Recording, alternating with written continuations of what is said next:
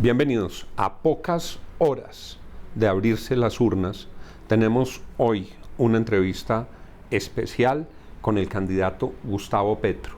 Digo especial porque nos hemos propuesto a lo largo de todo este proceso político garantizar la plenitud del equilibrio y del pluralismo en el canal, y no habíamos podido, por razones comprensibles de agendas difíciles, hacer la entrevista de cierre con Gustavo Petro. Habíamos tratado de hacerlo en Zona Franca, en Al Punto, y por eso hoy estaremos con Daniel Pacheco y con Gustavo Petro, cerrando esta campaña y garantizándole al candidato Gustavo Petro la posibilidad de dirigirse a nuestros televidentes antes de que se abran las urnas. Doctor Petro, muchas gracias por concedernos esta entrevista ya cuando el reloj está marcando los minutos finales. Así es, ya un poco más descansado porque tuve tiempo de dormir y cosas que son fundamentales para tener las energías suficientes, porque los últimos días de la semana sí fueron intensos, digamos. Le tocó una agenda muy dura. Sin tener actos públicos, pero aún así, intensos.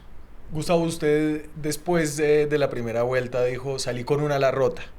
Ahorita entrando ya a la segunda vuelta, ¿cómo se siente? Pues mira, como no podemos publicar encuestas, ¿cierto? Pero obviamente existen encuestas, porque no las niega la ley, son encuestas internas de reflexión, las hacen ellos, la otra campaña, las hacemos nosotros, a veces se filtran, a veces el filtramiento no se sabe si tiene venenos o no, pero digamos hay una idea de lo que va pasando. Lo cierto es que nosotros veníamos desde abajo, casi que permanentemente, ascendiendo. Los techos que siempre ponían nunca sucedieron, se fueron rompiendo, que yo hasta me creía que había esos techos, pero no, paulatinamente. La primera vuelta nos dio el 25%. Cuando dices los techos, eran sus techos. Los que decía la prensa. Que Petro no sube de tanto, que Petro no sube de tanto. Sí, que ese es su techo, y ya llegó a su techo, entonces como esperanzados en que no siguiera subiendo, y seguía subiendo. Las últimas publicables ya nos pusieron por encima del 40%, que ya es una cifra determinante. ¿El 40% cuántos votos son? Como pues para si que nuestros televidentes... 20 millones, digamos, que fue lo que se acercó la primera vuelta. 40% son 8 millones. Sí. Por encima incluso de lo que Duque obtuvo, hay 40. Lo cierto es que las mediciones ya empataron, digamos. Eso son tendencias. Lo importante en las encuestas son las tendencias. Entonces, eso es la otra campaña quieta, paralizada, recibiendo el efecto de su propia coalición política. Es una coalición de corruptos. Y esta campaña, que mantuvo su tesis de cero corrupción, de lucha contra la corrupción, y manejó una coalición así, digamos, tratando de atraer las fuerzas ciudadanas libres, y logró parte de ellas, entonces logró efectivamente crecer. ¿Qué cambió entre primera y segunda vuelta? El empate, en esas dinámicas. La distancia desapareció. Esa distancia que llegó a ser grande, 39% a 25% en la encuesta real, pero con una mayoría en otras fuerzas libres, eso desapareció. Y no desapareció tanto porque las otras fuerzas libres, la de Fajardo, El voto en blanco. no se traspasara. Más o menos la mitad de los votos de Fajardo llegaron a la campaña. No, hay un fenómeno diferente, que es el que ha puesto a temblar la otra campaña, y es que entró millones de personas a decidir. Estaban indecisos, no habían participado en la primera vuelta. Esos son nuevos votantes. Gente que no participó, gente que había votado hace algún tiempo en alguna elección. Pero digo, nuevos votantes para esta elección. Gente que no participó en la primera vuelta. A pesar del Mundial de Fútbol. Son millones. Y esos nuevos votantes, con sus indecisiones, han venido tomando decisión Petro. Y eso es lo que hace emparejar las campañas. ¿Tiene una idea del perfil de lo que usted siente en la calle? ¿Cuál es el perfil de esos nuevos de esos nuevos votantes? Es una ilusión. Es una ilusión porque es una persona que ha estado apática, digamos, que no ha creído en en la política, bueno, el abstencionista que no cree que ahí hay. Y cuando empezó a ver que de verdad había una campaña diferente y que se iba acercando a ganar, que era posible la victoria, que te dijo, es el momento. Una campaña que es más que Gustavo Petro, que se enriquece con adhesiones. Sí, la juntura con Mocus, con fuerzas, la unidad, demostrar que hay una capacidad de gobierno real, el desmonte de los miedos, ¿no? Que no es tan fácil, pero... Detengámonos en eso, doctor Petro. La suya parece una campaña dedicada a conjurar miedos, a desmontar miedos. La campaña clásica en el mundo de hoy, no solamente en Colombia, usa dos rieles a partir de las redes. Uno que es donde el candidato habla, y ahí construye una imagen a veces artificial. Ese es el peligro mediático, digamos, que a veces es un artificio, ¿cierto? Que creo que aquí hubo mucho de artificio. Y otra que no la coge el candidato, que no habla ahí nunca, ni los símbolos de la campaña, nada, que es la de la destrucción pura, la de generar el miedo. Yo la he visto sobre todo en las extremas derechas, ¿no? Las usan así. La vi muy claramente en Colombia usada por Uribe como presidente en la cosa del DAS. Destinó el DAS a eso, para tratar de acallar la destrucción de la personalidad del contrincante, del diferente, a través de mucho dinero y redes. El DAS en ese entonces no tenía sino correos electrónicos, pero eran todas las bases de datos que un Estado puede tener, que es casi todo el mundo. Entonces tenían los correos electrónicos, todavía el Twitter no existía, bueno, estaba incipiente. Y allí fue el primer ensayo de fake news. Sí. Pero después sí, con las redes, ya entonces hay empresas, se constituyen empresas, ganan dinerales en el análisis del Facebook, del Twitter, y hacen la otra campaña. La otra campaña es profundamente vengativa y destructiva. Entonces es la que va diciendo Petro va a quemar iglesias, es la que va diciendo Petro va a volver a Venezuela, a Colombia como Venezuela. Si uno fuera a caracterizar esos miedos, justamente porque, como usted lo señalaba, la campaña está orientada a desmontar miedos, Sí. ¿cuáles son los que usted ha sentido como los más fuertes? Petro va a volver a Colombia como Venezuela. Petro es un expropiador. Petro, ¿cuáles son esos miedos que usted ha sentido? De acuerdo a las encuestas que hicimos, la variable que más afecta ha sido el populismo. No sé cómo la gente entiende realmente el concepto de populismo, que nadie ha explicado. ¿Y qué es el populismo? No existe una en medios de comunicación, porque esa está más ayudada por el medio de comunicación.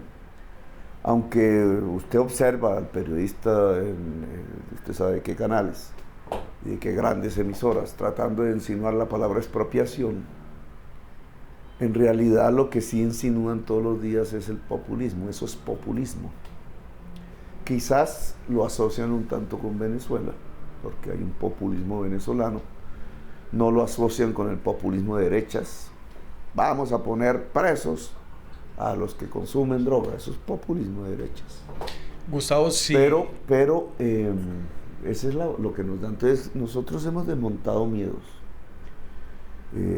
Petro es ateo y va a quemar iglesias. No, entonces toca sacar la Se le ha visto, él la tiene cubierta con la manga. No está cubierta. Vea, ya. Entonces, pero he tratado de explicar. Yo nunca me había dedicado, porque no me parecía que la política tenga que vincularse con la religión, porque además eso causa daños profundos. Entonces usted ve el Medio Oriente. Pero me toca explicar qué es la teología de la liberación. Bueno, hay un espacio de explicación. Pega mucho en la mamá, ¿cierto? En la mamá, 40 años, digamos que ya sus hijos están creciendo.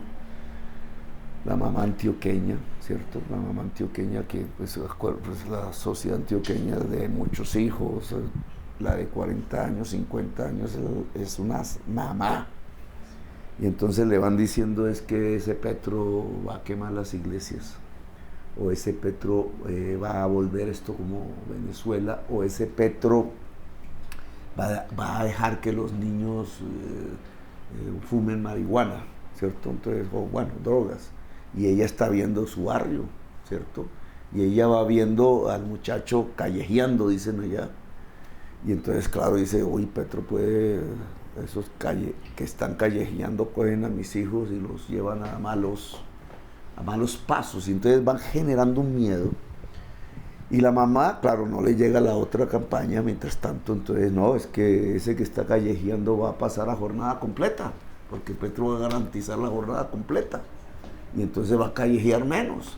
O Petro va a quitarle al joven adicto al jíbaro, que es el que lo arma, le da el fusil al final en Medellín, le da control territorial y genera esa violencia que no es simplemente consumir drogas, sino que ya es una estrategia continental de mafias mexicanas controlando un enorme negocio. ¿Y usted cree que ese miedo tiene que ver con propuestas centradas en lo público, en los servicios estatales, y que en ese sentido es un miedo hacia unas propuestas que son históricamente nuevas, atípicas, sí, en la política colombiana? Claro, porque cuando uno dice es que hay que quitarle, el problema está en quitarle el joven adicto al jíbaro.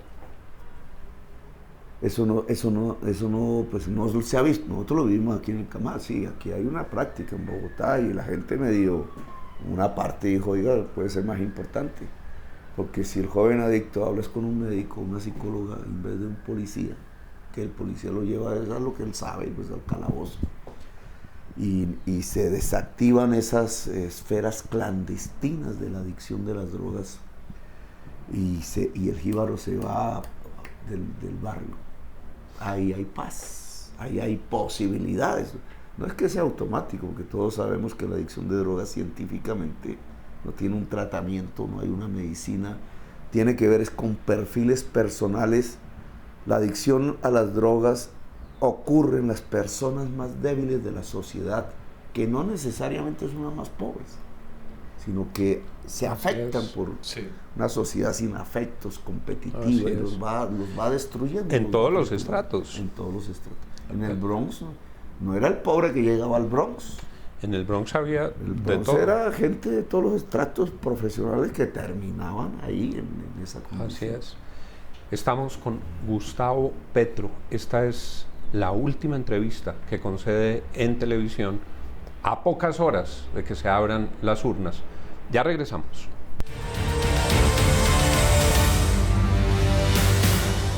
Regresamos con Gustavo Petro en su última entrevista en esta campaña presidencial y nos decía que esta ha sido una campaña contra los miedos.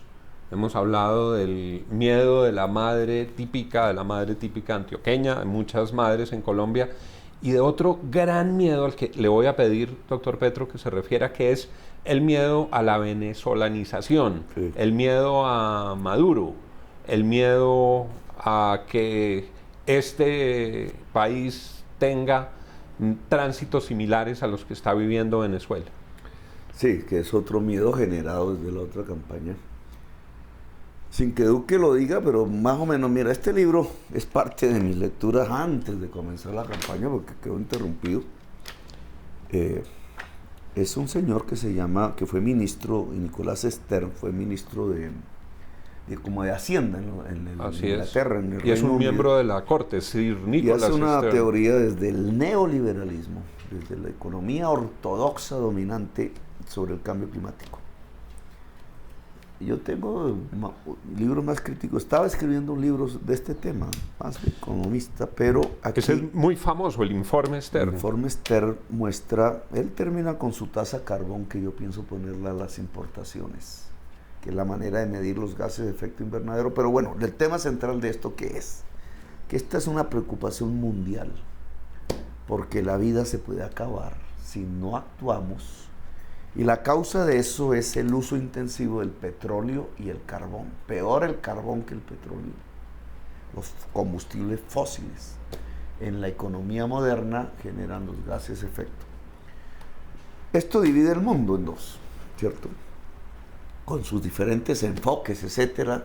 Esto divide en quienes quieren luchar contra el cambio climático, incluso desde el mercado, como externo, o desde formulaciones más avanzadas, y quienes detienen eso, ¿no? La política se divide en esos dos grandes bandos, y uno pudiera medir cada política, incluso un alcalde que tenemos experiencia, Juan, en eso, cada política concreta se puede traspasar a este filtro. Dejas el diésel y lo pones el metro. Desde el punto de vista del cambio climático hay una selección. ¿Qué va con la vida? ¿Qué va con la muerte? Pues mira, ¿dónde está Maduro aquí? ¿Cierto? ¿Dónde está Trump? ¿Dónde está Duque? Uribe. ¿Dónde está la conservadora Merkel de Alemania? ¿Dónde está el Papa Francisco? Por poner solo unos nombres. Entonces, esto dividiría en dos bandos.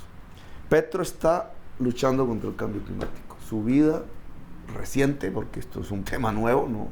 Sus estudios, sus lecturas, su posición política tienen que ver con la lucha contra el cambio climático. Llevé a Bogotá ese esfuerzo y me destituyeron por ese esfuerzo. El reciclaje tiene que ver con la lucha contra el cambio climático. Ordenar el territorio. Entonces... Y esa es su fractura, si le entiendo, esa es su fractura con el régimen de Maduro. Entonces, fundamental. Entonces sí, vamos a la política. Soy presidente de Colombia y vamos a construir la política internacional de Colombia. ¿Cuál es la posición del gobierno de Colombia? La lucha contra el cambio climático. ¿Cuál va a ser mi aliado? El Papa Francisco. ¿Quién va a ser mi rival? Maduro y Trump. Pero en esta división de la política, y usted la ha hecho desde su campaña, y dirían algunos que usted también impulsa miedo, no es solamente entre la política del cambio climático y de los extractivistas, sino, como lo puso hoy en Twitter, entre los traquetos. Dice hoy que Colombia está en riesgo de elegir un traqueto, o a profesores y profesoras. Porque cuando se dice las palabras como si fueran mías, no fue lo que yo escribí. Lo cito en su tweet. En cualquier municipio, dice, podemos verlo incluso, en cualquier municipio, ¿qué será el rey? El traqueto, o el profesor o la profesora, o el médico o la médica. Son dos sociedades diferentes. En cualquier municipio. Entonces, aquí también esto, claro, es que si estudias, aquí se genera un miedo. Sí, aquí puedes saber, si estudias, que se puede acabar la humanidad y la vida. Y eso obviamente tiene que generar miedo. Deja de ser el planeta, un planeta en el que podamos vivir los seres humanos. La cita del Papa es por la encíclica, sí, y por su cruzada ambiental, por Laudato Si. Que también lo tengo por acá.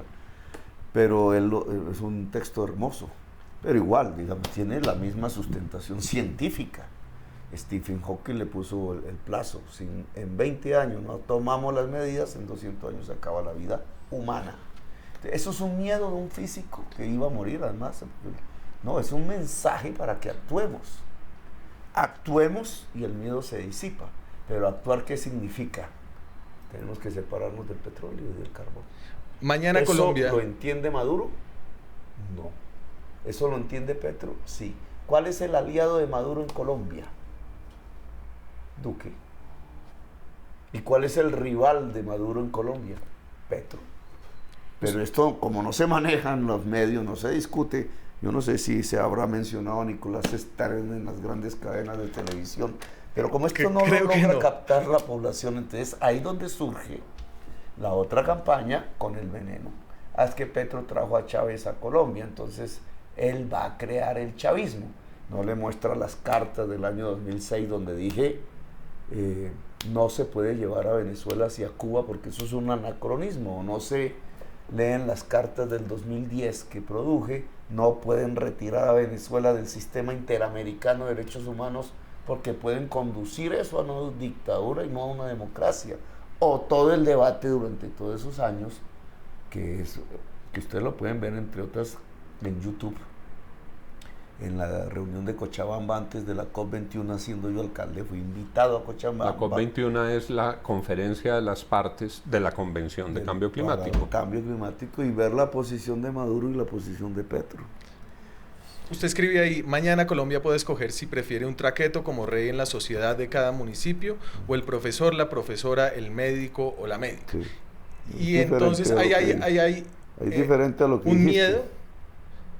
Eso es una usted también está haciendo una Mira, advertencia. Sí, claro, es una advertencia, pues, además porque no es el futuro, es lo que venimos viviendo. O Popeye, ¿qué es? O la gata, ¿qué es? ¿Y con quién está la gata? O el señor Kiko Gómez, ¿qué es? ¿Y con quién está Kiko Gómez? O el señor Ramiro Suárez Corzo en Cúcuta, ¿qué es? No es un traqueto. Está condenado por homicidio. ¿Y homicidio de qué? Y no está con Duque. ¿Y usted cree que ellos están con Duque porque sí? ¿Y por qué no están con Petro y sí con Duque? Porque ellos tienen, ahí acabo de leer, de ver, digamos, Gustavo Moreno, el zar de la seguridad, le hace una gran reunión de guardianes, de empleados de él, a la fuerza. Duque está ahí, y entonces transmite desde Miami. Y vamos a estar con Duque, y mañana será el día de la alegría. ¿Y quién es Gustavo Moreno? No está en Miami porque está prófugo de la justicia. Y ese tipo de mensajes, digamos, de todas estas figuras de la corrupción en Colombia, traquetos. ¿Por qué están con Duque? ¿Por qué quieren que gane Duque?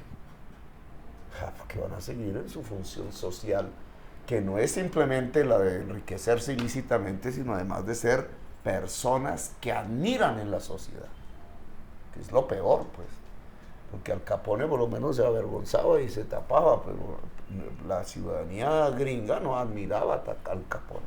Aquí sí, una parte. Sí, la cosa está como veníamos discutiendo, cada vez más apretada.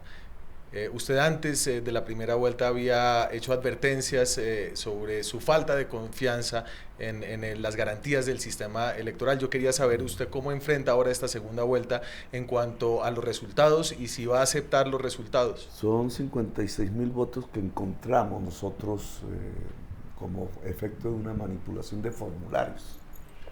No es la única forma de fraude, pero son 56.000. Que en ese momento pues dijeron, pues le quitan, le ponen, eso no varía el resultado final. Ni Fajardo hubiera pasado a segunda, ni Duque hubiera quedado en primera, etcétera, no. Pero fíjate ahora, que es el tema fundamental. Ahora, de acuerdo a esas encuestas que no son publicables, hay empate. Ojalá estos días, hoy mismo, las tendencias pues hagan cruzar con suficiente espacio. Ojalá, digamos, es lo que yo espero. Pero si no hay un cruce con suficiente espacio, claro que el papel de manipulación se vuelve determinante. Y hay que cuidar. ¿Qué se puede hacer? Cuidar el voto. No sus testigos electorales. Testigos que siempre tienen. Porque el testigo solo opera como testigo si le llega la credencial, que la gira, la entrega, la registra. ¿Y a sus testigos les entregaron credenciales? La vez pasada quedaron 15.000 testigos sin credencial. ¿Y esta vez? Pues hay que esperar hoy y mañana vas a ver el efecto final. Esto nos lleva a una pregunta muy concreta.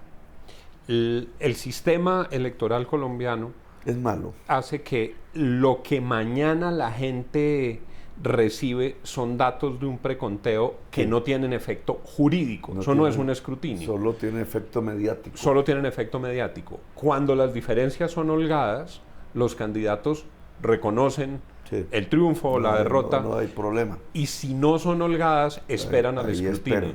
Esperan. Eso es lo que podría ocurrir mañana. Hay que mirar el otro conteo, que es de el otro formulario en 14. Sí. Es decir, si mañana el resultado es apretado en cualquiera de los dos sentidos, es posible que el país pueda esperar que Gustavo Petro mañana no diga aún que reconoce el resultado de esa elección hasta que no se haga el escrutinio. Se espera un poco, digamos, porque si ese preconteo se llama así jurídicamente, no coincide con la auditoría que también es de un preconteo, porque es el mismo de 14, ¿Cómo es que hace la registraduría? El formulario de 14 son 3.